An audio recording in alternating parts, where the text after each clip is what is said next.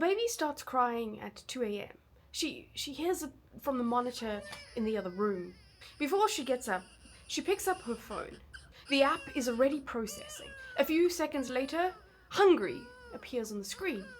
She goes into the child's room. She then feeds the baby. The baby stops crying. She goes back to bed. And everybody is happy. She got this interaction right. And it lasted all of 10 minutes, not a 3-hour stint trying to figure out, what does this baby want?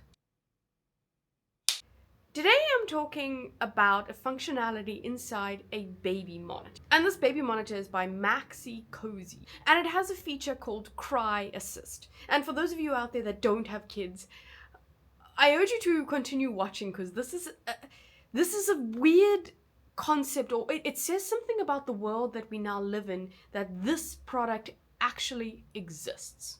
And this CryAssist technology, this AI-powered technology, is a product of Soundream. And how it works is when the baby cries, the audio goes to the cloud. It gets analyzed on a database, trained with over hundreds of thousands of hours of crying babies. And then a label comes back to the parent's phone. And in our example before, it said hungry. There's other options. There's sleepy, fussy, gassy, agitated. In South Africa we say nappy, but I think it's diaper for the rest of the world. Those just simple labels that come up on the phone. And this whole analysis takes less than a second. There's a claim that this technology has 92% accuracy with babies.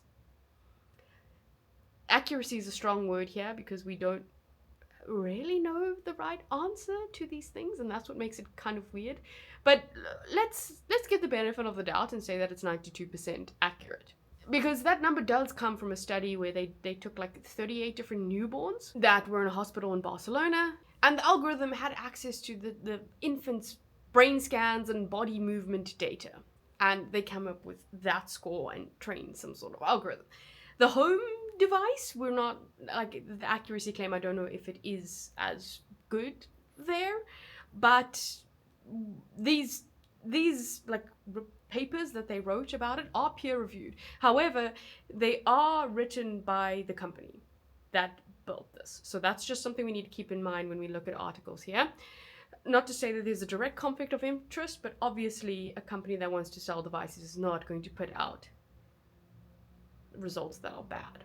But anyway, this software now can be shipped in numerous baby monitors. I don't know about baby monitors, but online it says the Maxi-Cosi one, in like Motorola ones, Philips, all of these like baby monitors that exist, and you get like 6 months free when you sign up for it. It sounds like I'm doing an ad read. I'm definitely not, but I want to paint the picture that this is existing in the real world and people are actually using it. So if we think about it, a baby's cry is one of the first communication mechanisms that we have as human beings, even if we feel like we had no control over it, because I don't know if we had active control rather than just passive existence, but I am not a biologist that knows too much about why we cry or what the reflex, I might even be using the wrong word, is that causes us as children or babies to cry.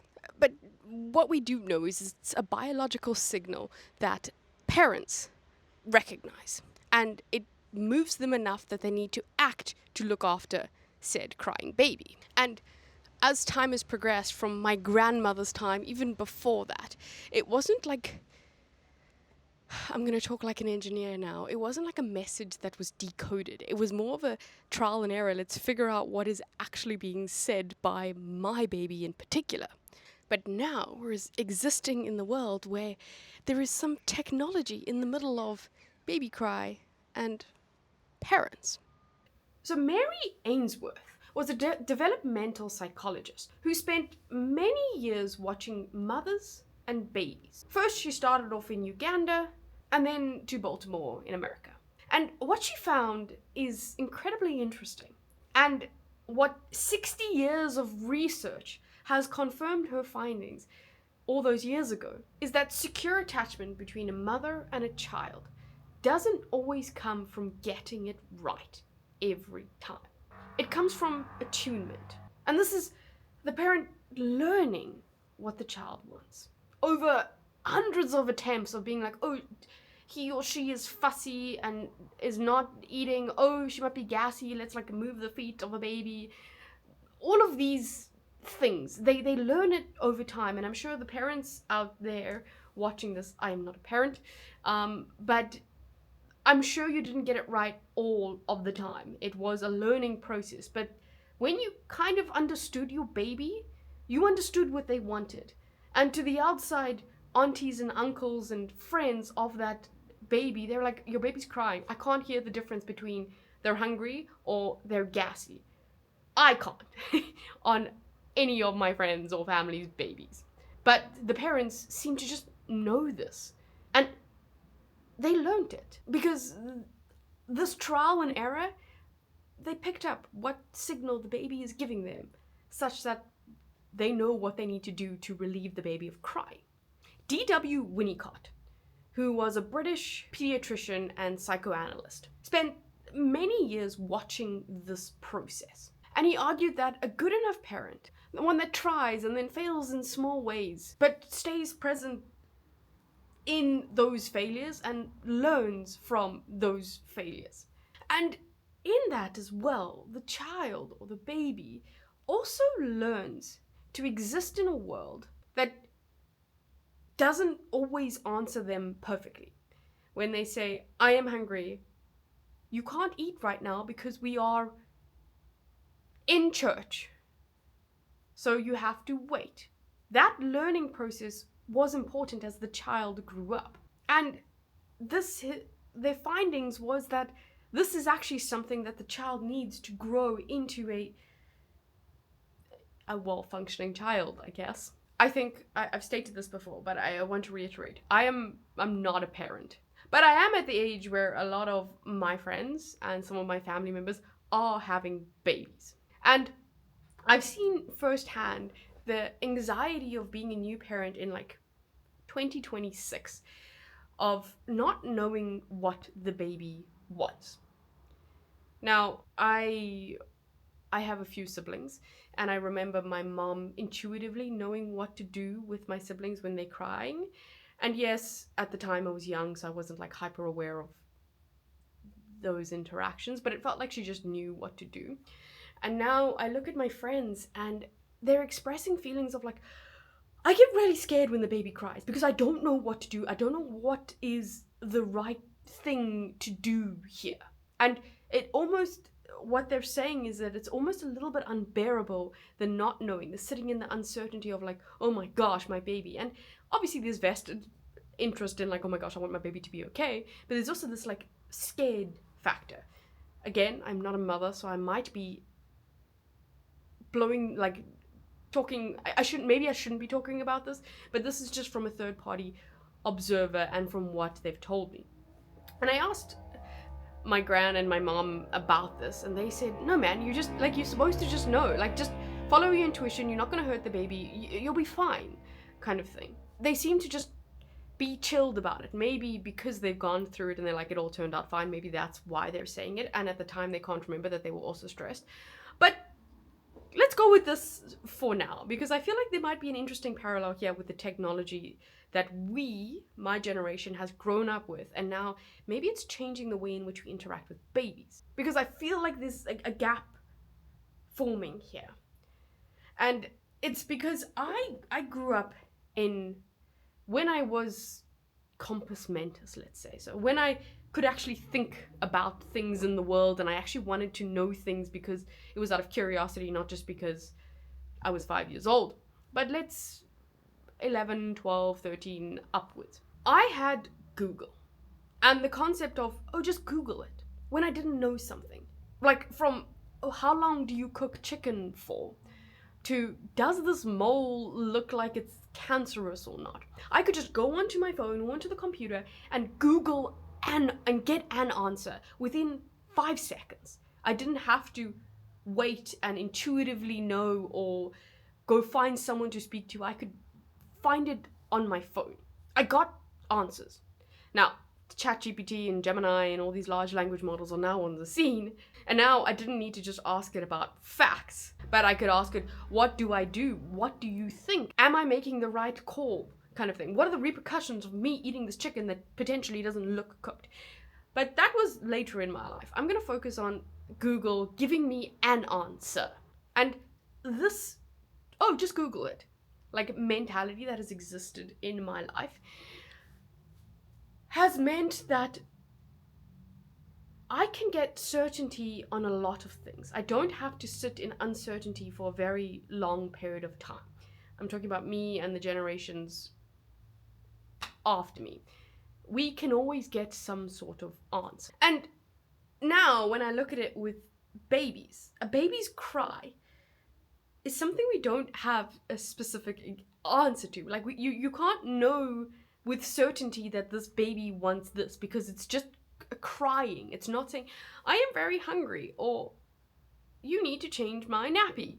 It is crying. It is agitated. It is expressing something. And there's no direct mapping to that. And I hope you get what I'm saying here, is that I grew up with not too much uncertainty because I could always find answers.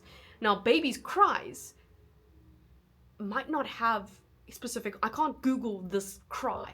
And now we have a product that can do that translation for us. And that technology exists, and people are actively using it. But it seems icky or weird, or like, why would you do that kind of thing? But I can understand why people would do that. And there's always a lot of opinions when it comes to parenting. Let's rewind a few years when there was a little bit more, I'm going to call it women empowerment, but like, that's not the debate we're getting into. But women would have babies, but then choose to go back to work, or forced to go back to work, whatever the circumstances is. They went back to work and didn't stay at home and look after the baby like in the past. That was kind of expected of the mothers. And there was a debate around, what does this mean for social bonding now? And researchers have studied that exact thing, where mother and child are separated during formative years. And the findings were complicated. The quality of the care, it mattered. The sensitivity of the caregivers, it also mattered. But the home environment still mattered the most. But there was conversation around what happens to the parent and child bonding, or specifically in this case here, mother and child bonding. And there's no one conclusion. You can read it from many different angles. Some say, even scientific research, that it's good. Some say it's bad. It depends on what angle you do. I think it's up to the parents to make that decision. And they had to make an active choice as to what they were going to do. And they did. And they weighed the pros and the cons, and they made a decision, and yeah. Now, with AI, like, infiltrating, like, parenting here, it's not really this like active choice of what should happen, or active choice, I say it like you have a choice to go back to work. Some people don't, but let's side that a little bit. With this AI stuff and this technology, is it kind of just ships with your monitors now. Like, I don't think that there are parents out there that can afford to have a baby monitor that choose not to have a baby monitor because it just makes their life easier. And that just happened. And now we're starting to add more and more to this technology, and it's just kind of now existing as a norm on things. And this CryAssist might just become normal as a baby monitor was, where you weren't just tuned to their cry to like wake up in the middle of the night. So the question is, does this app exist on the market because our generation wants certainty on things? Like, we struggle to exist in uncertainty because we've always had access to a lot of information. And that's fundamentally what I'm questioning here. Because how is this thing going to know your baby better than you are? Like, over, I don't know, 2 weeks of learning a baby, I feel like you know what your baby wants. I don't know though, I'm making that up. But if that is the case, why do we need this technology? And what I'm pointing to is, it's indicative of our society and what my generation above, we want certain answers. We struggle to live in uncertainty. So therefore, if this app can give me a simple idea that maybe this child is hungry, it makes me feel better having a label and an answer. And that is the sole reason why this exists. Even if it's wrong, even if that accuracy score is off whatever, it exists for that reason. Don't know. Anyway, I'll check you guys in the next one.